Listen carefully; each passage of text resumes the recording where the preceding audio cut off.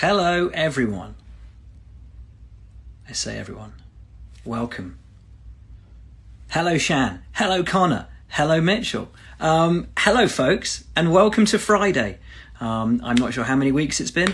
Until a few hours ago, I wasn't really sure what day it is. But welcome to the chat. Welcome to Instagram Live. Welcome to Friday. Welcome to the weekend. And welcome to our last interview of the week. We tried to do this earlier in the week and it didn't quite work out. So we're going to give it a go today and hopefully it will work out. It's been a fun week. We've had some great chats. We've had some great interviews.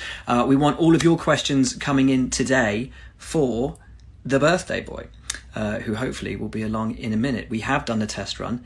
It did work out. So we've just got to wait for him to join the chat. Oh, fingers crossed it works this time. I'm really hoping it does. He's waiting. It's connecting. And he's there. There. Oh my goodness, we finally got it. My man, this is great. Thank you so much for coming back. You're welcome, man. We need to make it quick. I've got champagne in the fridge ready.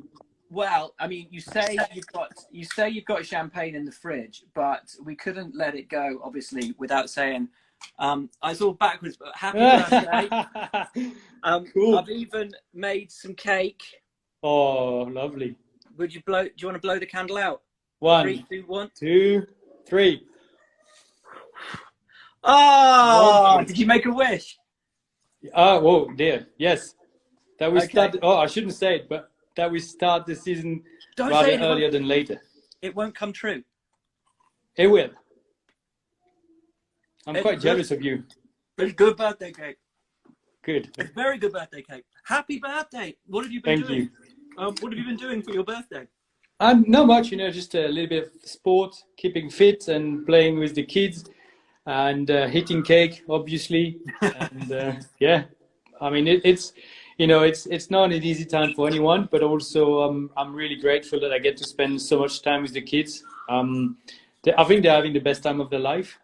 And not when it's school time, but when it's not school time, they absolutely love it. So we're having a great time. It must be great. We were talking to Checo yesterday. And what must be strange for you guys is the fact that for such a long time, you haven't spent this long at home. I mean, like since you were really young kids. Yeah, maybe forever. Yeah.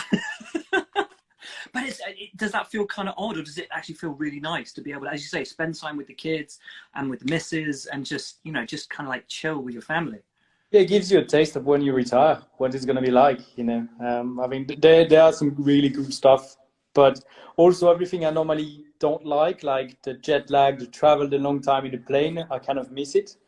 And my internal body clock is completely lost because we are now 17th of April, but I'm still waiting the first race of the season, which is early March. Yeah. So I'm really struggling to find out where we are in the year. And how's your body reacting to that as well? Because it's normally under such physical extremes day to day, not just with training, but obviously, getting out there and racing. And you've had 2 weeks of testing. Yeah, well, the body's actually relaxing quite a fair bit, which is nice. The sleep time, my sleep time is reduced, which is good because I sleep a lot. So I'm quite happy that I have to sleep less. I feel more relaxed. I mean, in terms of gym, obviously strength is hard. The neck is the big one because you do a little bit in the winter, then you go to winter testing and you're going to be in pain. But it's okay, it's only testing. But no, the first time we're going to be in the car, it's racing. Yeah, straight away. You don't want your neck to be completely, sideways by lap 15 and you're going to suffer for the whole race. So that's really the one I keep on. And then with the Zwift and tax home trainer back home, I can do a fair bit of cycling, rowing. I built myself a nice simulator. I miss racing, so I'm getting into it. So at the end, there's a lot of things that we can do that we normally don't really have time to. I mean, we saw you just took delivery of your simulator. We saw the photographs on your Instagram account. It looks fantastic. It's great. I mean, I stopped playing in 2009, I think. Right. So 10 years ago, and I restarted. On the first lap I did, I was like, okay, this is not quite the same. It's gone better. So yeah, funny enough, I'm not a massive fan of single seaters. I'd rather go in the GTs. Okay. I don't know why. It just feels, probably because I know so well the single seater. I know they behave that, you know, it never really feels the same. So when you go in a GT car, it does a little bit different, and you get the refueling, you get the stop, pit stop, the strategy, and so on. It's quite fun. Cool. Are we going to see you taking part in some of those races? Would you go and do, like, you know, Max did a supercars thing earlier this week. People are jumping around doing IndyCar races, NASCAR races. Ooh, Yeah, NASCAR. IndyCar looks good. I need to get my license. I don't have the license yet, so you need to go to the stage. I do the IMSA races. Max do the V8 supercars that look quite good, but that car is really complicated to drive. I tried a couple of laps and a lot of spins. So yeah, when I'm ready, I'm probably going to go on Twitch. But for now, I just keep quiet and you know, still learning how to not change the tires at the pit stop, not to lose 40 seconds. Still very much a rookie. I mean, the boss would probably let you go and do some NASCAR races, though, right? Yeah, I mean, yeah, it could be fun. You know, I've never been a huge fan of ovals, but maybe if I tried on the game, then it could be different. They've got street courses, I mean, road courses. You could do Watkins Glen. Watkins Glen. I did race there a couple of weeks ago with the BMW, which was fun and quite a cool circuit. No, it's Barcelona, but the old one by night, also cool. I mean, cool. It's great. I've got somewhere on here, actually, while we're talking about that, I should have, here it is, footage of you in the NASCAR. we loved it. We were laughing. I mean, even with a V8 engine, we were laughing so hard that we could hear it. I mean, it was fun, really fun. But the thing is that when you go in a car, the next day, the Formula One car, it feels so fast. Yeah. So where you were downshifting to second gear, you flat out in seventh gear. Absolutely amazing. Wow. Is that something you want to have a go at again? Yeah, on a non-oval but on road course, definitely.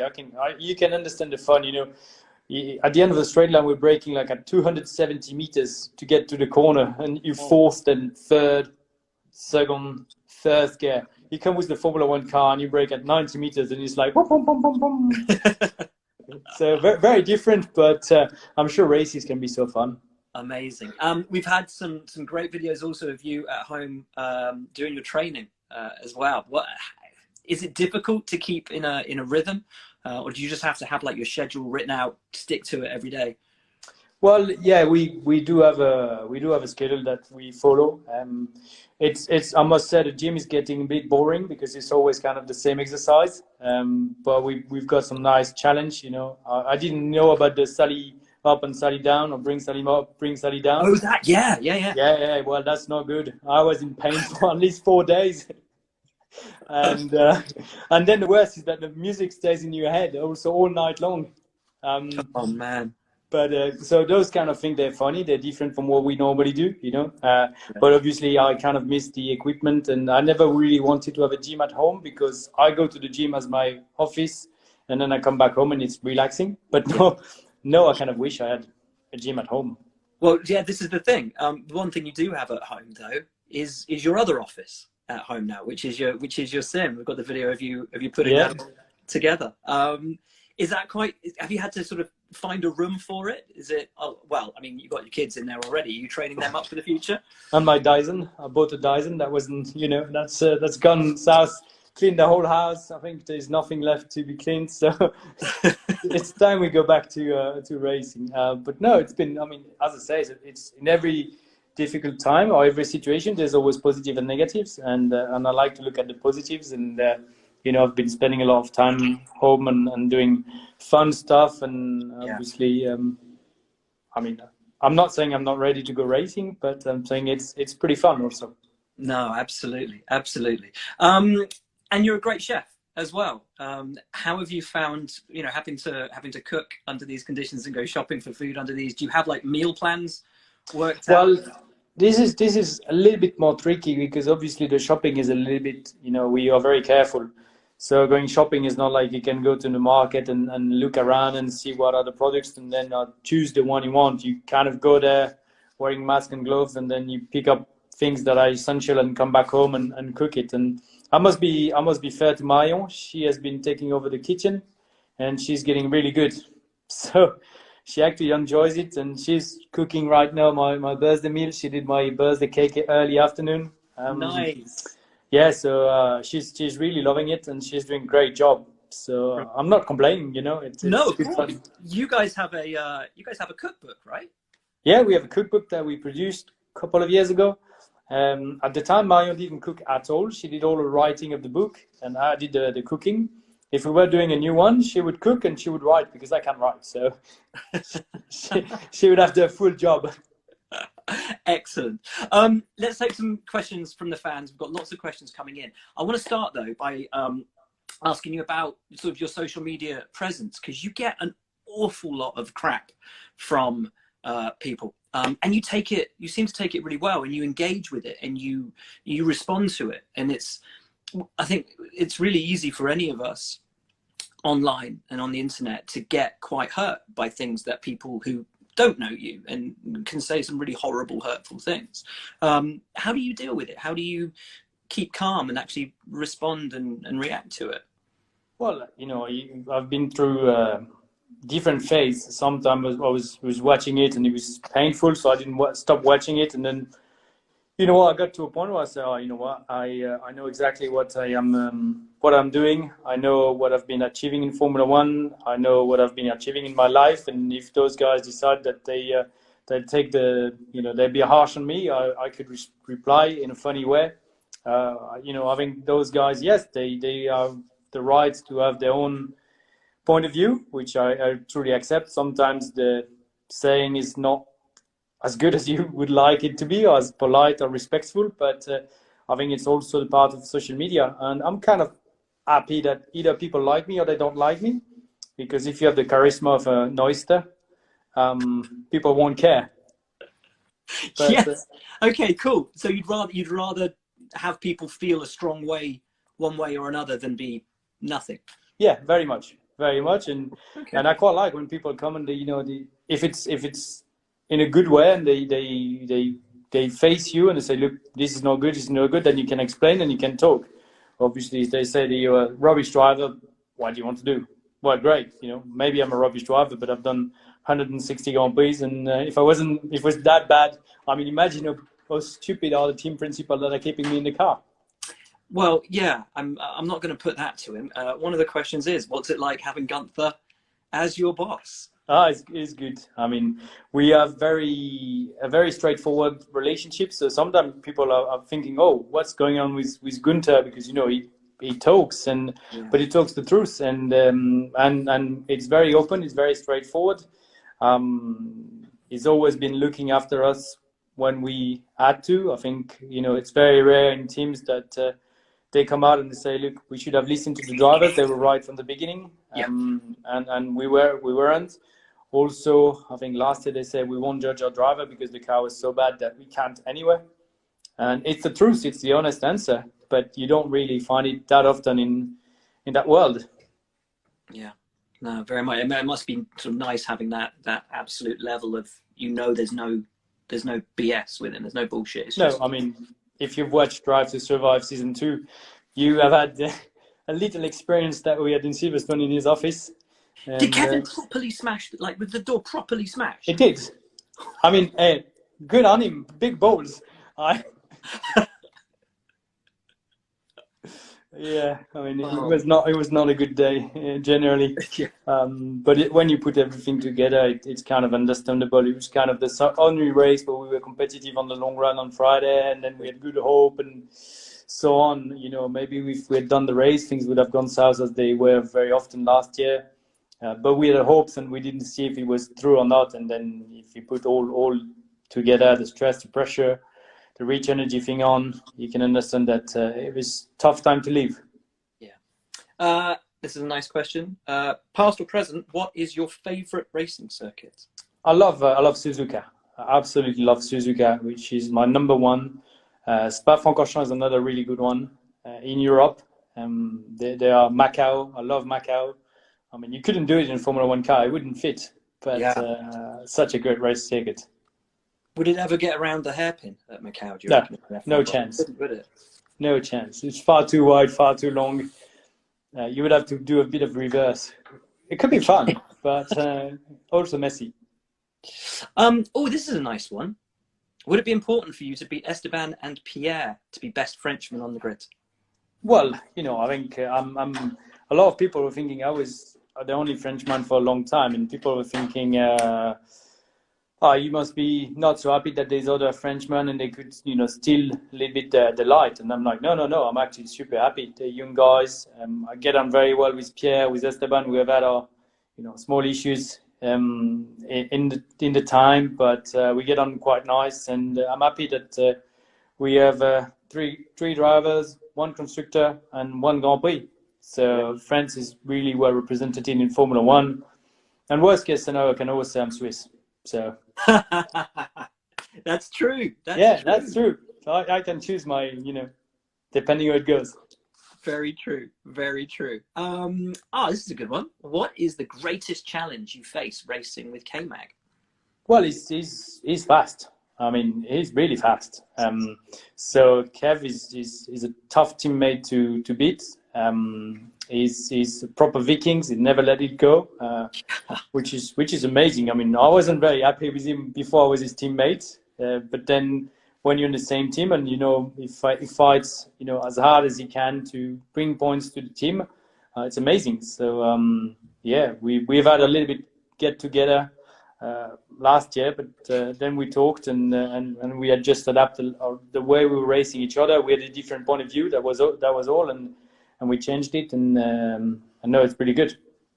We had a surprising answer to this question yesterday, but it's always a good one. Who's the best teammate, or maybe the fastest teammate you've ever had?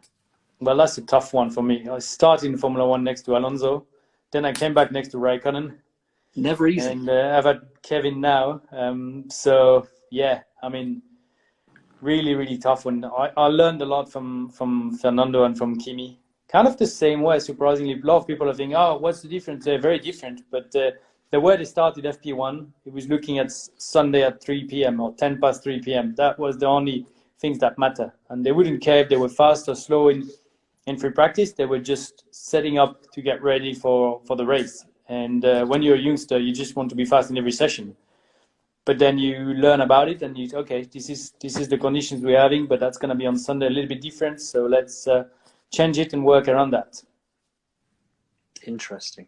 I'm trying to find some more good questions in here. There's lots and lots and lots of good questions. I think I'm going to go with, I think I might have gone past it actually. It was a really nice one.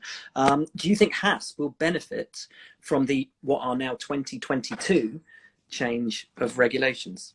Time will tell. In all honesty, you can put the puzzle in every way you want. There'll be pro and cons. There will always be different situation. I think it was the right call. First of all, we were all very much looking forward to 2021 and new rules, new cars. They look sexy. The racing could be better, but obviously the situation now is very tough on everyone. So it's the right thing. I think for us, the smaller team, it's really that we hope the budget cap comes even stronger than what was discussed early on, so we get a little bit in the same boat as everyone else, and then we have more chances because I'm happy to see Ferrari and Mercedes winning. They are historical teams. They've been here forever, but when it's every race weekend and not having it, Red Bull isn't part of the party. But when the other one don't stand a chance, it's a bit disappointing. So I'm not saying that Haas should be dominating and world champion, but I'm saying that if Haas or whoever, also Force India or Racing Point, sorry, still in the old days, terrible. Could Alpha Tauri as well, not Toro Rosso. Oh yeah. Oh my God, I should have. I'll take Alfa Romeo and Williams then, safer. If we could have Sauber, because Sauber. Yeah. I was careful on that one. I mean, it could be fun, and that's what people want to see. They don't really want to see 6 cars one lap ahead of the other. 14. This is a great question. Favorite F1 car that you've driven? Because of course you started in the Renault Young Driver Academy, and you got to drive some pretty serious kit pretty early on in your career. Yeah, I mean the Renault from 2008 was quite good. It was groove tires, but it was quite a nice car. Then the 2009 were not so good. Obviously the Lotus in 2013 was a very good car. Not so much in qualifying, but really in the race. It was very competitive. The Haas from 2018 was fun. I mean, the new cars, they are the fastest that we've ever been driven on. Also got the chance to drive the Renault from Alain Prost when he won in Silverstone in '83, I believe. Very cool. And then I was supposed on the next day to drive the Ayrton Senna, the John Player Special, the Lotus, but the engine blew off and I didn't get the chance, and that really still hurts. Oh, that's horrible. That's horrible. Maybe a day, who knows? We're going to finish with this one. It's a lovely question. What's your best memory in Formula One? And you can't say podium. Okay, well then the first race for Haas. Melbourne 2016, first ever race, finished sixth. We'd never done a pit stop, or we didn't achieve a pit stop on that race. Lucky. We never completed a race distance in winter testing, never get the chance. The dash stopped working because we didn't reset it properly under the red flag, so the fuel consumption was wrong. We just had no idea how things were going, and we hanged in there and finished sixth on our debut. And then the next one, Bahrain, also 2016, was quite fun, finishing fifth on a regular basis and going for 4 stops. I liked when there were many pit stops. I found it was fun. That was so, and I remember your reaction as you crossed the line. You were saying it was like a win for you guys, and it was just the most astonishing debut for a team. It was incredible. Yeah, it was incredible. I mean, we as I said, we got very lucky with the red flag timing, but obviously we did everything right. And the weekend was not easy. I think it was wet on Friday.